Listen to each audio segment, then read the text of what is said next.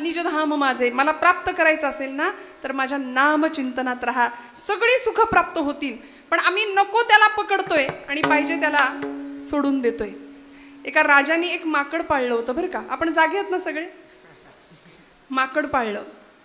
पंचतंत्र नावाच्या कथा असायच्या पूर्वीच्या काळात. मी म्हटलं ना आता त्या गोष्टी सुद्धा नाहीत.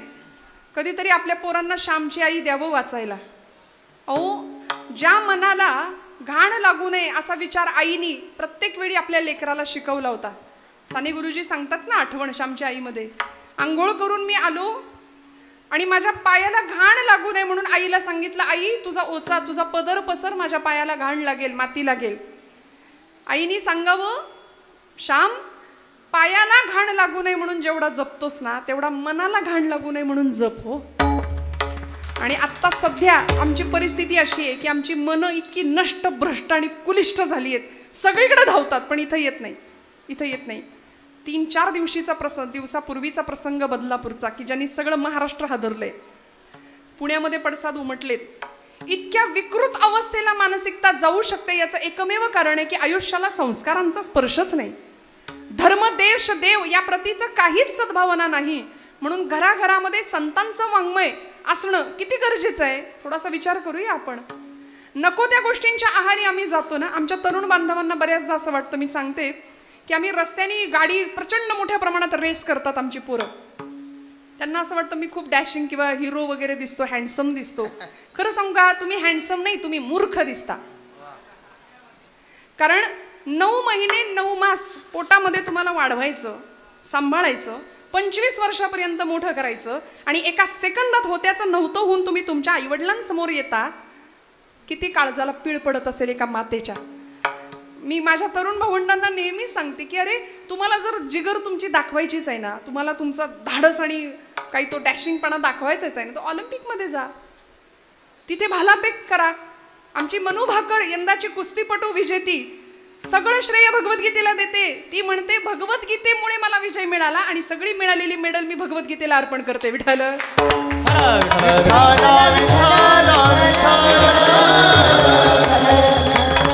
किती किती गरजेचं आहे नामसाधना. बघा ना, किती अध्यात्माचं बेसमेंट आयुष्य. तुम्ही कितीही आयुष्यात प्रगती करा पण अध्यात्माचं बेसमेंट जर आयुष्याला नसेल ना तर काहीच अर्थ नाही, काहीच नाही. लौकिकातलं प्रगती शून्य शून्य. मी दृष्टांत सांगत होते. एका राजाने माकड पाळलं. पंचतंत्र नावाच्या कथेमधली आलेली कथा आहे जुनी. त्या राजाने माकड पाळलं आणि त्याची परीक्षा घ्यायला तो जंगलात गेला. प्रधान होता आणि एका झाडाच्या ढोलीमध्ये, छोटंसं असं झाडाच्या ढोलीमध्ये एक मुठभर फुटाणे टाकले. चणे, फुटाणे, हरभरे आपल्याला माहिती आहे. ते माकड धावत गेलं आणि त्यांनी डोलीत हात घातला आणि ते फुटाणे मूठ भरून हातात पकडले, घेतले. आता तो डोलीचा आकार लहान होता. झालं असं की मूठ भरल्यामुळे फुटाण्यांनी आकार वाढल्यामुळे तो डोलीतनं बाहेर यायला तयार नाही हात. तो खूप धडपड करत होता पण हात काही केल्या बाहेर येईना. बरं, मूठ सोडावी तर फुटाणे जातील, सोडायला तयार नाही. येणे तुटती बंधने. आम्ही सोडणं शिकलो पाहिजे, सोटायला तयार नाही. प्रपंच सुटतो का आम्हाला? मला खरं सांगा, प्रपंचात सुख आहे का? नाही म्हणताय. तरी सुद्धा सुटतो का? नाही. किती गंमत आहे बघा. त्यांनी फुटाणे, पण हे माकडाचं सांगते बरं का मी, त्यांनी फुटाणे हातामध्ये धरले, तो सोडायला तयार नाही.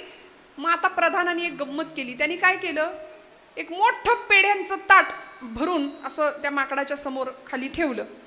ते माकड पेढ्यांकडे बघतंय, म्हणजे त्याला पेढे पण पाहिजेत पण फुटाणे सोडायचे नाहीत. साधी गोष्ट होती, फुटाणे सुटले, हात बाहेर निघाला, पेढे मिळतील.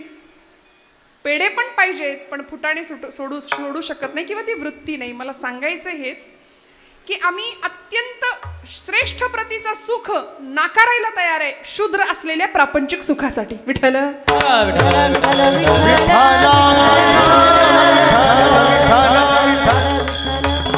म्हणून तर नामदेवांनी खंत व्यक्त केली.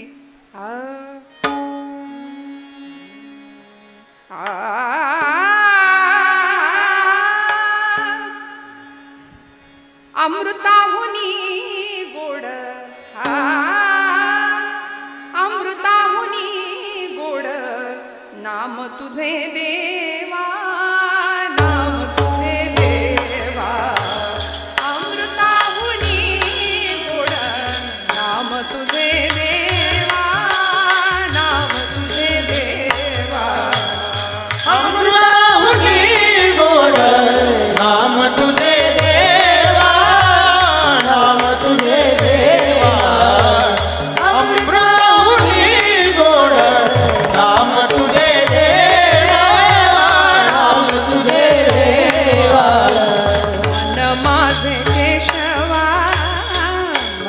माझे केशवा काबाना घे, काबाना घे. अमृताहुनी गोड, अमृताहुनी गोड नाम तुझे देवा, नाम तुझे देवा.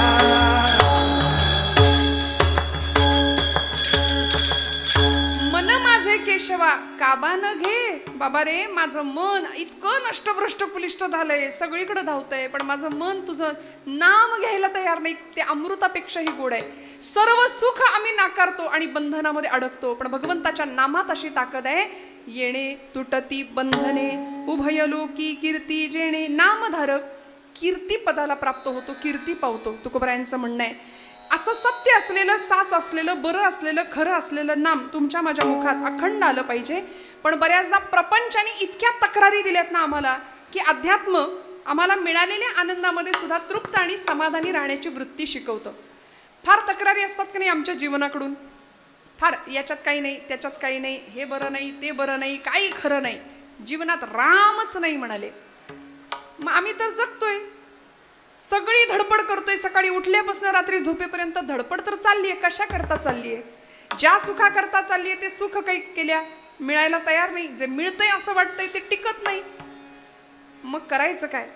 मला असं वाटतं कधीतरी नकार ज्याच्या आयुष्यामध्ये ठासून भरलाय ना, त्यांनी लवकर उठायचं. रोज रोज लवकर उठावं. एखाद दिवशी तरी उठून बघूया. कारण आमची जुनी मंडळी ब्रह्ममुहूर्त माहिती होता त्यांना, आता आम्हाला माहिती नाही. तो रामप्रहर माहिती नाही. आम्ही सगळे सूर्यवंशी आता. आणि बऱ्यापैकी कीर्तनकार हा तर निशाचर प्राण्यामध्येच मोडतो. विठ्ठल विठ्ठल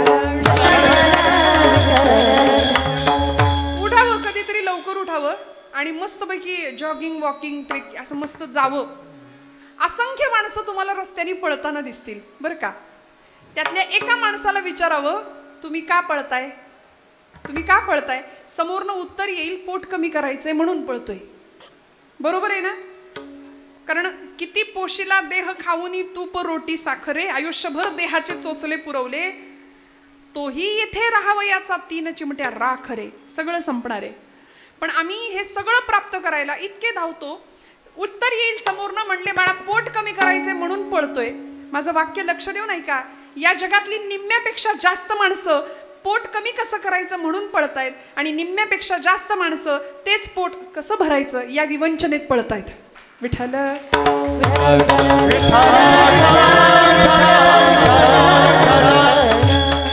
खूप मोठी तफावत आहे. मग कधीतरी स्वतःकडे बघायचं की अरे देवाने मला काय कमी दिलंय. मग त्यांनी दिलेल्या जीवनाची कृतज्ञता म्हणून तरी त्याचं नाम घेऊया. सत्य साच खरे नाम विठोबाचे बरे, येणे तुटती बंधने, उभयलोकी कीर्ती जेणे. तिथून थेट एखाद्या मंदिरात जा. मंदिरामध्ये मंदिराच्या बाहेर 4-2 भिकारी दिसतात आपल्याला, भीक मागत असतात. तिथून देवळाकडे अगदी देवापर्यंत जायचं. तिथंही एखादा श्रीमंत व्यापारी असतो, तो सुद्धा देवासमोर भीकच मागत असतो, दुसरं काही नाही करत. प्रपंचातलं सुखच मागत असतो ना, कारण सगळं असतं पण प्रपंचात सुख नसतं. पण असा आनंद नामाच्या साध्यात माध्यमातून प्राप्त व्हावा हे संतांना कळलं होतं, म्हणून सुद्धा झोपडीत सुद्धा सुख प्राप्त होत होतं बरं का. राजास जी महाली सौख्ये कधी मिळाली, ती सर्व प्राप्त झाली या झोपडीत माझ्या. राजास जी महाली ती सर्व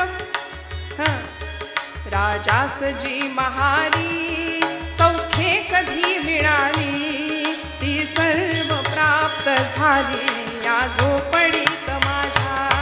ती सर्व प्राप्त झाली या झोपडीत माझ्या. भूमीवरी पडावे ताऱ्यांकडे पहावे, प्रभुनाम नित्य गावे या झोपडीत माझ्या.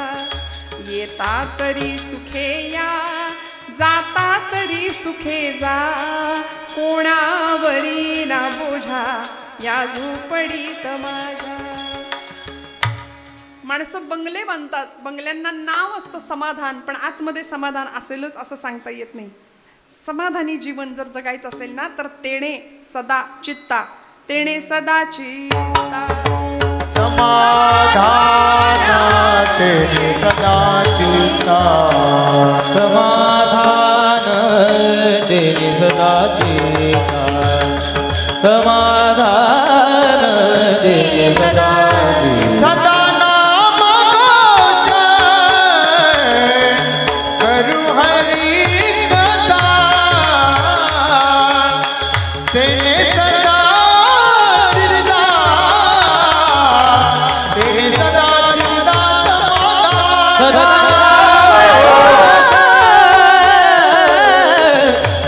करू हरी कथा तेने सदा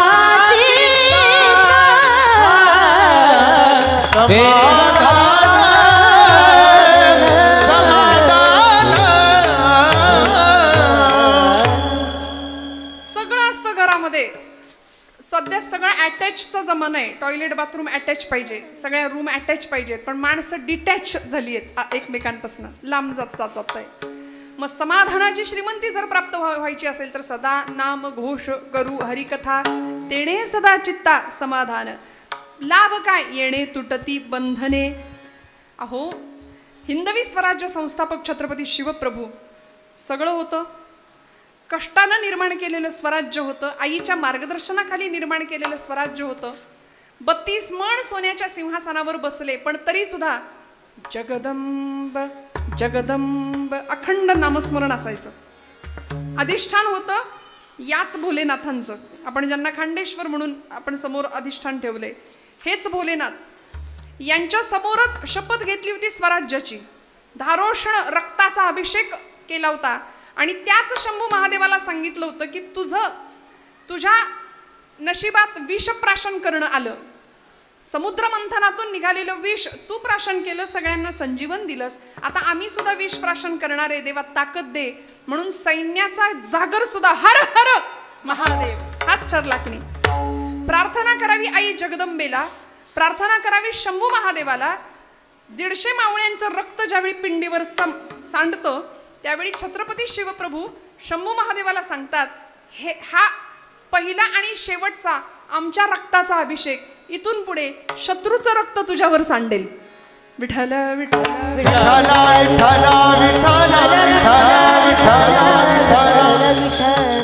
कारण लहानपणापासून भक्ती आणि शक्तीचा सुरेख संगम जिजामातोश्रींनी ज्या बाळाच्या अगदी गर्भात असताना रक्तापासूनच पेरला होता. इथे आमची अडचण होते की गर्भसंस्कार आईने लहानपणापासूनच जर गर्भापासूनच नामसाधना, अध्यात्मसाधना, उत्तम वाङ्मय हे सगळं जर मुलांच्या मनामध्ये पेरलं, रुजवलं तर मला सांगा आयुष्यामध्ये नकार येणार नाही. ज्याला आपण मराठीत फ्रस्ट्रेशन म्हणतो ते फ्रस्ट्रेशन येणार नाही. सगळी वस्त्र चढवून बसलोय आम्ही अंगावरती, अहंकाराची, मद मोह माया मत्सराची. एक लेकूरवाळी स्त्री बर का, 6 महिन्याचं बाळ होतं तिचं, 6 महिन्याचं. आता श्रावणी सोमवार नैवेद्य करायचा खांडेश्वराला म्हणून तिने छान म्हटली आता सोवळ्यात स्वयंपाक करते. लेकराला झोपवलं, 6 महिन्याचं बाळ होतं, पाळण्यात त्याला टाकलं आणि आली स्वयंपाकाला. 15 मिनिटात ते कार्ट उठलं. आता हा घराघरातला अनुभव आहे. 15 मिनिटात ते बाळ उठलं आणि रडत रडत रडत उमऱ्यापर्यंत आलं. मग आता त्याला घ्यायचं कसं? कारण आता स्वयंपाकाला सुरुवात केली, सोवळ्यातला स्वयंपाक आहे, त्याला नको घ्यायला म्हणून तशीच त्याला रडत ठेवली. पण शेजारीण आली, सख्खी होती म्हणून आली. सख्खी शेजारीण असली तरच येते बरं का अशा वेळी. ती आली आणि तिने त्या बाळाला उचलून घेतलं. अगं म्हणली कार्ट बाळ कधीच रडतंय तुझं, त्याला घे तरी. ती म्हणाली नको आता रडू दे, आत्ता झोपवलं होतं 15 मिनिटात, मला वाटलं आता 2 तासात स्वयंपाक माझा होईल आणि त्याला घेईन, पण आता करू काय, मी स्वयंपाकाला सुरुवात केली, रडू दे.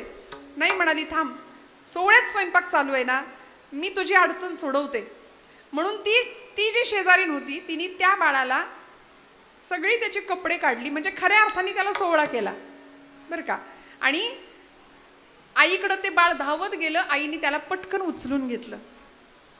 जसं त्या आईने त्या लेकराला उचलून घेतलं ना, तसं जगाच्या आईने आपल्याला जर उचलून घ्यावं असं वाटत असेल तर आपल्याला सुद्धा आपल्या शरीरावर असलेली अहंकाराची, मायेची, मोहाची, मत्सराची, द्वेषाची जी वस्त्र आहेत ती उतरवली पाहिजे. तेव्हा ती जगाची माय आपल्याला उचलून घेईल उचलून.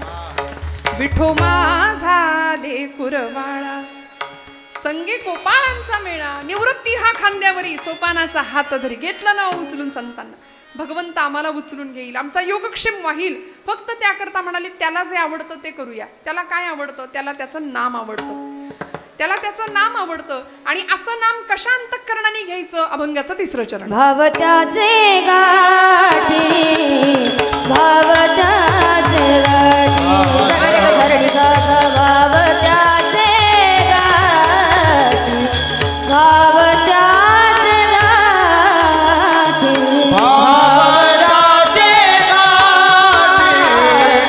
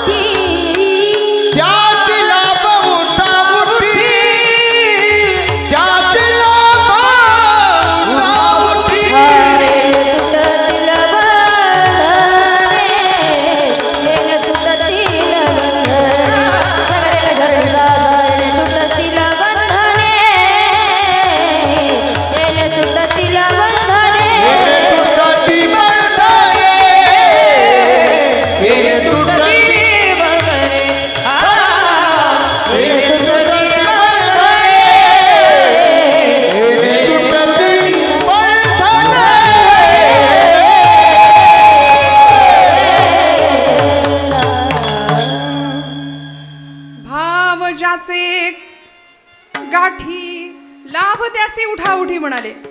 आता हे नाम कसं घ्यायचं? भावानी घ्यायचं. जोरदार टाळ्या वाजवा ताईसाठी. हे असं छान मनापासून आणि एकदम ताकदीने गाणं आहे बरं का. म्हणून मुद्दाम जास्त कौतुक करते. महाराज मंडळी तर आहेतच तिथं, काय महाराष्ट्रातली रत्न आहेत ही सगळी एकापेक्षा एक. पण मला असा कायम अभिमान वाटतो की आमच्या मुलींबद्दल, महिलांबद्दल, की सगळ्या क्षेत्रात, मग इथे का नाही, इथं असलं पाहिजे, इथे असलं पाहिजे. भाव ज्याचे गाठी, लाभ त्यासी त्यासी लाभ उठा उठी. सगळ्या लाभाची प्राप्तता होते. काय भाव होतो? त्या गवळणींनी माठ घ्यावेत डोक्यावरती दुधादयाचे आणि गोकुळाहून त्या मथुरेला जाताना गोविंद घ्या दामोदर घ्या, गोविंद घ्या दामोदर घ्या असं म्हणावं. दही घ्या दूध घ्यापेक्षा. दुडीवर दुडी गवळणी साथी निघाल्या, गोरस घ्यायसे म्हणू विसरल्या. गोविंद घ्या कुणी दामोदर घ्या, गोविंद घ्या कुणी दामोदर. मग काय गंमत व्हायची? सतत गोविंद. अहो वृंदावनाच्या मातीला सुद्धा कृष्ण नामाचा स्पर्श आहे. मातीचा कण अन कण कृष्ण कृष्ण जय कृष्ण कृष्ण जय कृष्ण कृष्ण जय कृष्ण कृष्ण कृष्ण जय कृष्ण कृष्ण जय कृष्ण कृष्ण जय कृष्ण कृष्ण जय कृष्ण कृष्ण जय कृष्ण कृष्ण जय कृष्ण कृष्ण जय कृष्ण कृष्ण जय कृष्ण कृष्ण जय कृष्ण कृष्ण जय कृष्ण कृष्ण जय कृष्ण कृष्ण जय कृष्ण कृष्ण कृष्ण कृष्ण जय कृष्ण कृष्ण जय कृष्ण कृष्ण जय कृष्ण कृष्ण कृष्ण जय कृष्ण कृष्ण जय कृष्ण कृष्ण जय कृष्ण कृष्ण कृष्ण जय कृष्ण कृष्ण जय कृष्ण कृष्ण जय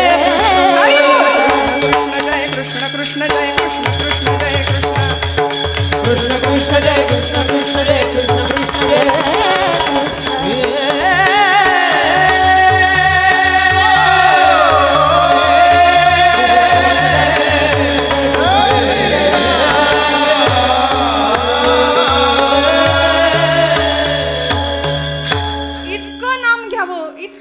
यावं, गोकुळच्या मातीला सुद्धा कृष्ण नामाचा स्पर्श, असं वर्णन केले. अर्जुनाच्या रोमारोमातून, त्याच्या केसातनं कृष्ण नामाचा ध्वनी ऐकायला यायचा, इतकं नाम.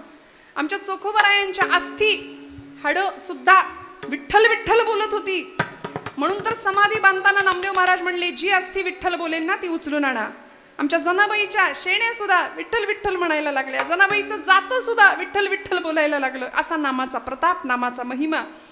त्या गवळणींनी कधीतरी गोविंदाला, भगवंताला प्रश्न पडायचा की या गवळणींना जर कुणी म्हणालं की 1 किलो गोविंद दे बाई, 1 किलो दामोदर दे, तर या काय करतील बिचाऱ्या, असा देवाला प्रश्न पडावा. म्हणून देवानी वर्णन आहे, दूध रूपानी अवतार घ्यावा, क्षीरावतार असं म्हटलंय त्याला. क्षीर म्हणजे दूध. दुडी या माझारी कान्हा झाला भारी,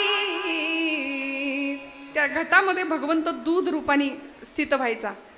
गोरस ओसंडोनी सांडे बाहेरी, गोविंद घ्या कोणी दामोदर घ्या, गोविंद घ्या कोणी दामोदर. मग एखाद्या गवळणीला विचारावं, बाई ग काय केलंस नेमकं काय तू, गोविंद आपलासा केला. अगं तू म्हणलीस की गोविंदा एक पाय नाचिव रे बाबा, तर तुझ्या त्या बोलण्यासाठी, घोडभर ताकासाठी, लोण्याच्या गोळ्यासाठी तो अनंत कोट ब्रह्मांडाचा नायक एका पायावर नाचून दाखवतो. त्रिभंगी देहुडा वाजवित वेणू, गोपिका रमणू, स्वामी माझा नाचायला तयार होतो. काय केलंस असं, ती गवळण उत्तर देते, कुणी म्हणे ही असेल चोरी, कुणा वाटते असे उधारी. मी केलं काय, जन्मभरीच्या श्वासाई तुके, मोजियले हरिनाम, मोजियले हरिनाम, विकत घेतला शा, बाई मी विकत घेतला शा, बाई मी विकत घेतला. काय केलं, जन्मभरीच्या श्वासा इतकं मोजियले हरिनाम, इतकं नाम घेतलं. सोहम, श्वास घेतानाचा सूर सो आणि सोडताना हम, प्रत्येक श्वासाला त्याला आठवलं. परिणामी वेडा झाला भगवंत अशा गवळणींकरता, रडायचा भगवंत अशा गवळणींकरता. का, कारण त्याला प्रिय असलेलं नाम गवळणी घेत होत्या. विठोबा रखुमाई, जय जय विठोबा.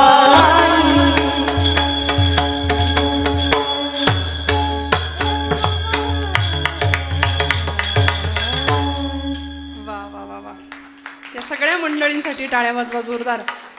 हा खेळ नोहे एकल्याचा. एकटा कीर्तनकार काही करू शकत नाही. महाराजांसारखी अतिशय गोड गळ्याची गुणीजन मंडळी आहेत. इतकी सुंदर महाराजांची नादब्रह्मावरची थाप आहे. जोरदार टाळ्या वाजवा त्यांच्यासाठी. हे सोपं नाही आहे, मी नेहमी सांगते. हे अनेक वर्षांची तपश्चर्या या पाठीमागं असते आणि मग आपल्या हृदयाला हेलावून टाकणारा ध्वनी. हां बरं, एक निवेदन महाराजांनी माझ्याकडे दिले. उद्या दिनांक शनिवार 24/8/2024 रोजी ग्रामस्थांकडून आमटी भाकरीचं अन्नदान आहे. तरी सर्व महिला भगिनींनी कीर्तनाला येताना भाकरी घेऊन याव्यात ही विनंती. वा वा. अरे संसार संसार जसा तवा चुल्यावर आणि आधी हाताला चटके तवा मिळते भाकर. सोपं आहे का? तुम्हाला काय जातंय? पण या सगळ्या मंडळी बघा उद्या मोठ्या अंतःकरणाने मोठ्या आनंदाने तुम्हाला भाकरी अन्नदान म्हणून देणार आहेत. खरं सांगू का, भगवंत कुठे याचं उत्तर संतांनी दिलंय. जिथं नाम गजर होतो तिथे भगवंत आहे. जिथे अन्नदान होतं तिथे भगवंत आहे. भगवंताला प्रिय आहे. जिथे अंतःकरणातलं समाधान नांदतं ना, त्या अंतःकरणात भगवंत नांदतो. जिथे षड्विकारांना थारा नसतो तिथे भगवंत स्थिरावतो, तिथे भगवंत येतो. अंतःकरणाची शुद्धता जिथं असते तिथे भगवंत असतो. त्यामुळे असं नाम तुमच्या माझ्या मुखात यावं. गवळणींनी, मी सांगत होते, गवळणींनी ते नाम घेतलं. सत्य साच खरे नाम विठोबाचे बरे, येणे तुटती बंधने उभय लोकी कीर्ती जेणे. भाव ज्याचे कंठी लाभ त्यासी उठाउठी, किंवा त्यासी लाभ उठाउठी. सगळ्या लाभाची प्राप्तता होते. अत्यंत भावपूर्णतेने नाम घेतलं पाहिजे. आमच्या नामामध्ये भाव नसतो. आम्ही जे नाम घेतो ना, आम्ही जे अध्यात्म करतो ना, ते अध्यात्म असं आहे की देव म्हणतो माझ्याकडे येणारे सगळे मेले व्यापारी काहीतरी पाहिजे असतं म्हणून येतात. अंतःकरणपूर्वक भक्ती करणारं कुणी नाही. मग अंतःकरणापासून गवळणींनी नाम घेतलं गोपींनी, म्हणून देव रडला त्यांच्याकरता. देव रडतो अशा भक्ताकरता. आपल्या सगळ्यांना कथा माहिती आहे, भगवंतांना बरं नव्हतं. मी उरलेल्या वेळात सेवा संपवणारे, काळजी करू नका. भगवंतांना बरं नव्हतं, त्रास होत होता खूप. द्वारकेत होते, सोन्याची द्वारका नगरी, आणि एवढं सगळं ऐश्वर्य वैभव पायाशी लोळून घेत असताना सुद्धा झालं काय, एक दिवस देव असे चिंतेत होते. का तर म्हणाले गोकुळाची आठवण येत होती. प्रचंड गोकुळाच्या आठवणीने व्याकुळ व्हायचे देव. अनंतकोट ब्रह्मांडाचा नायक द्वारकाधीश होता. आणि एक दिवस रुक्मिणी आईला राहवलं नाही. रुक्मिणी आई साहेबांनी विचारलं की एवढं सगळं सोनं आहे, इथं ऐश्वर्य आहे, स्फटिकं माणकं अशी रस्त्यात पसरली आहेत, सगळं सोन्याचं आहे, फक्त माणसं सोन्याची नाहीत पण सोन्यासारखी आहेत, असा द्वारकेचा व्यवहार आहे. तरी सुद्धा म्हणले का बरं तुमचा चेहरा पडलाय, का बरं तोंड पडलंय देवा? प्रमुख अष्टनायिका सेवेला हजर आहे, 16,108 राण्यांचा तुमचा प्रपंच आहे. आता असं बोललं की माणसं बरोबर म्हणतात, कृष्णाने किती केल्या? 16,108. पण चुकून जर विचारलं कालच्या कीर्तनातला अभंग कुठला होता, तर हे नाही सांगता येत आम्हाला पटकन. तेवढं लक्षात बाकी भारी ठेवतो आम्ही. आता अष्टमीचा दिवस येतोय, 10 थरांचा गोविंदा उभा राहील, लाखो रुपयाची बक्षिसं वाटली जातील, भगवंतांच्या चारित्र्याबद्दल फार गप्पा केल्या जातात. बोलणारी म्हणतात अहो रामाबद्दल कृष्णाबद्दल बोलण्यासारखं भरपूर आहे, म्हणजे त्यांच्या विरोधात बोलण्यासारखं भरपूर आहे. तसं तर तुला सुद्धा नावं ठेवण्यासारखं तुझ्याही चरित्राबद्दल भरपूर असतं, पण बोलायचं का हा प्रश्न आहे. लाखो रुपयांची बक्षिसं वाटली जातात, पण अशा कितीतरी द्रौपदी आहेत की ज्यांना अंग झाकलं जाईल असं वस्त्र नाहीये जगामध्ये. अशी कितीपर्यंत आम्ही वस्त्र पोहोचवतो, आम्ही भगवंतांचे वारसदार म्हणवतो, भक्त म्हणवतो. काय चरित्र आहे देवाचं माझ्या. तुम्ही मला योगी म्हणा, तुम्ही मला भोगी म्हणा, मी कर्मयोगी आहे भगवंत म्हणतो. आणि असा गोपालकृष्ण गोकुळातल्या गवळणींसाठी रडत होता द्वारकेमध्ये आठवणीने. रुक्मिणी म्हणाली काय रडता देवा, सगळं तर आहे तुमच्या इथं आणि काय रडता, काय त्या गवळणींमध्ये आहे, सगळा तो बॅकवर्ड एरिया म्हणाली. काय त्या गवळणींमध्ये एवढं आहे, सारखं रडायचं त्यांच्या. आणि हे आवडलं नाही देवाला, आवडलं नाही. आपल्या मातृतुल्य गोपींना कुणीही नावं ठेवलेली देवाला चालत, भक्ताला चालत नाही. भक्ताला काही म्हटलेलं, भगवंत 4 दिवस जाऊ दिले आणि प्रचंड फणफणलं तापाने शरीर देवाचं, प्रचंड फणफणलं. किती काळे उकळून दिल्या, मात्रा पाजल्या, औषधं पाजली, चांगल्या डॉक्टरला वैद्यांना दाखवलं, पण गुण काही यायला तयार नाही देवांना. शेवटी रुक्मिणी आईसाहेब म्हणाल्या तुम्ही सांगा ना याच्यावर काही औषध असेल तर.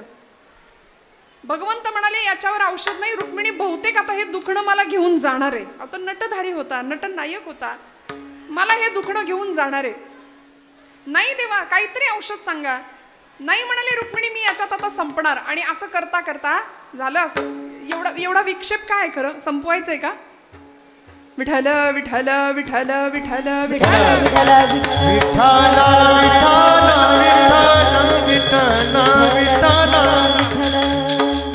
माझा एवढा दृष्टांत संपला की मी संपवणार आहे कीर्तन, काळजी करू नका. विठ्ठल विठ्ठल विठ्ठल